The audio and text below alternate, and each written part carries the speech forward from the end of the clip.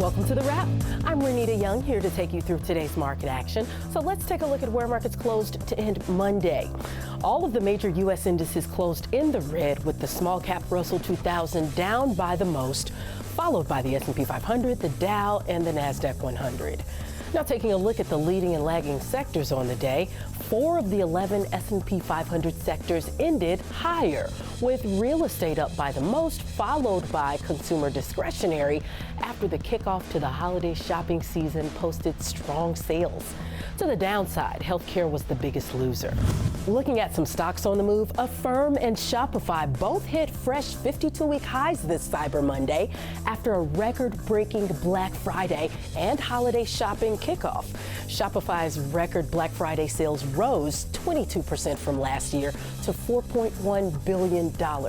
And data from Adobe Analytics shows the amount of transactions using Buy Now, Pay Later jumped 47% on Friday alone.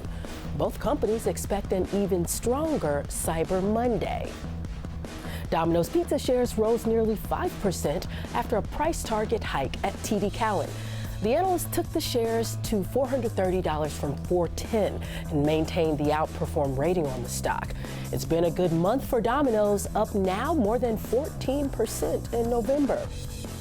And after a day of fluctuating share price, Zscaler closed down 0.6%, but still near its yearly intraday highs. After the bell, the company posted earnings and revenue that beat analyst estimates and guidance for the current quarter and full year above analysts' expectations. Let's look at what to watch for Tuesday. Case-Shiller home price and consumer confidence data will be released.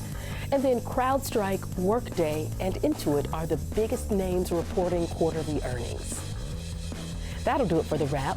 I'm Renita Young, and remember to tune in 24/7 to SchwabNetwork.com.